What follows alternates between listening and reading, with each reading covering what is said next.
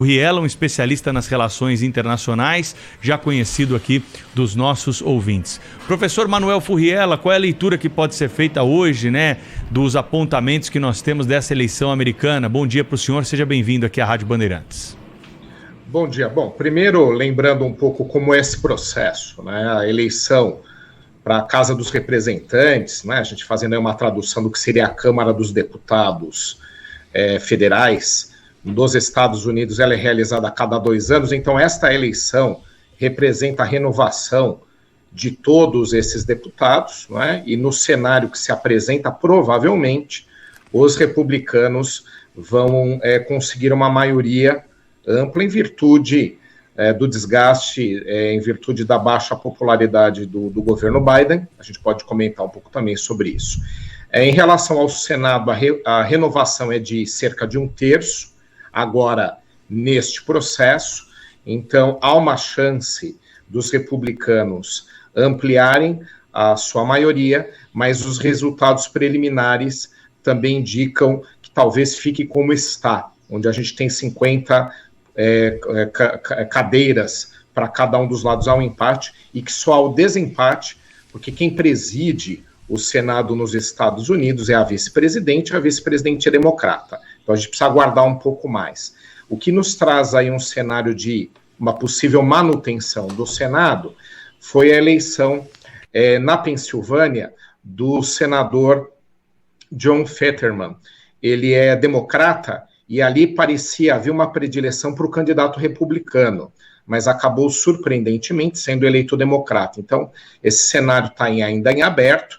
Na Câmara dos Deputados, como eu falei para vocês, muito provável que os republicanos ampliem maioria, consigam ali uma grande maioria, mas no Senado ainda há uma incerteza, principalmente por essa cadeira aí da Pensilvânia, que era dada como certa aos republicanos. E também falando um pouco sobre como é esse processo, você tem eleição em vários estados de governador, não em todos, e também das câmaras estaduais, que aqui no Brasil a gente chama de Assembleia Legislativa. Então, é uma eleição que em cada estado também tem um cenário diferente do que é eleito.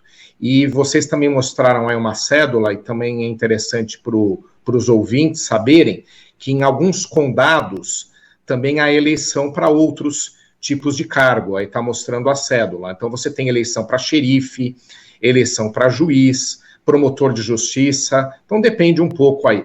É estranho às vezes aí aos brasileiros, porque nós temos uma eleição nacional, um processo totalmente federado também em relação à legislação, então a gente faz tudo uniformemente pelo país afora. Não é o que acontece nos Estados Unidos. Então você também tem esses processos locais, de votação, plebiscitos em alguns casos também, alguns condados ou alguns estados aproveitam para incluir plebiscitos.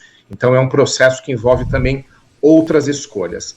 Em relação a termômetro, nós temos aí que esse processo, as midterms, como regra geral nos Estados Unidos, elas espelham a popularidade do presidente da República, porque a partir delas a gente verifica se ele vai conseguir ou não maioria do partido que ele representa. No cenário atual, Joe Biden é democrata, é isso que a gente vai analisar também aí como resultado desse processo eleitoral.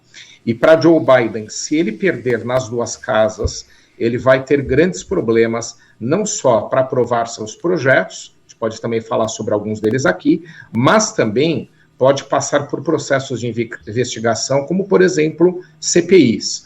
Então, os republicanos já tinham esse desejo anterior à eleição, e se eles tiverem maioria nas 2 casas, provavelmente eles levem essas questões à frente, o que vai representar um desafio para Joe Biden. Nós sabemos, aqui no Brasil, nós também temos esse tipo de situação, quando é aberto um processo de investigação no parlamento, uma CPI, sempre é um motivo de desgaste ao presidente da República, independentemente do resultado. Então, acho que esta, por enquanto, é a panorâmica geral. Professor, é interessante observar, as semelhanças, algumas semelhanças com o processo brasileiro, Assim como acontece no Brasil, a eleição renovou 1/3 do Senado, e assim como acontece no Brasil, a eleição na Câmara renova toda a Câmara, né? O que é muito, muito interessante também. Eu queria saber do senhor, como analista aí da cena internacional, essa derrota do Biden prenuncia derrota dos democratas na sucessão dele ou não necessariamente? Há uma grande chance de que sim, porque veja só, ele está no meio do mandato, já com diversos cenários desafiadores, e vai ter muito mais dificuldade em reverter sua popularidade nos próximos 2 anos, se o resultado dessas eleições trouxer a ele perda da maioria nas casas. Então você vai ter esses cenários aí de investigação, né, que são sempre muito desgastantes, e dificuldade em aprovação de projetos. Então, a condução dos governos, principalmente nos Estados Unidos, onde você tem um legislativo muito forte, né, traz aí grandes desafios para quem não tem maioria. Então, Joe Biden vai, obviamente, né, fazer todo um esforço nos próximos 2 anos de reversão dessa baixa popularidade que ele tem, vai buscar uma popularidade alta para emplacar o seu sucessor, já que provavelmente, pelo avançado da idade, ele não será candidato à reeleição. Né? Ele vai trazer, os democratas vão trazer uma outra possibilidade. Então, ele vai ter muita dificuldade em governar com esse processo eleitoral, pelo que se desenha até agora, que vai trazer desafios, né, para aprovação de projetos, a perda de representação no legislativo americano. Né? Então, esse é o problema que ele vai ter. Então, aí aumenta muito a chance de um candidato republicano. Lembrando também aqui que na última eleição, a vitória democrata parecia, né, pelo que indicavam as pesquisas, que ela seria muito mais robusta do que acabou sendo. Joe Biden venceu o processo eleitoral, mas Donald Trump acabou surpreendendo no final, ao ter uma votação muito maior do que parecia. Então, a vitória de Joe Biden, ela não foi avassaladora, ela não foi tão absoluta quanto se desenhava. Então, o próximo processo eleitoral vai trazer esses 2 cenários, né? Uma dificuldade de reversão de popularidade do governo democrata atual e os republicanos que não saíram diminuídos na última eleição, né? Então, eu acho que esses 2 fatores vão favorecer uma candidatura republicana pelo cenário que nós temos agora, há 2 anos do próximo processo. Professor Manuel Furriela, especialista em relações internacionais da FMU, falou conosco ao vivo aqui na Rádio Bandeirantes. Muito obrigada, professor. Até a próxima.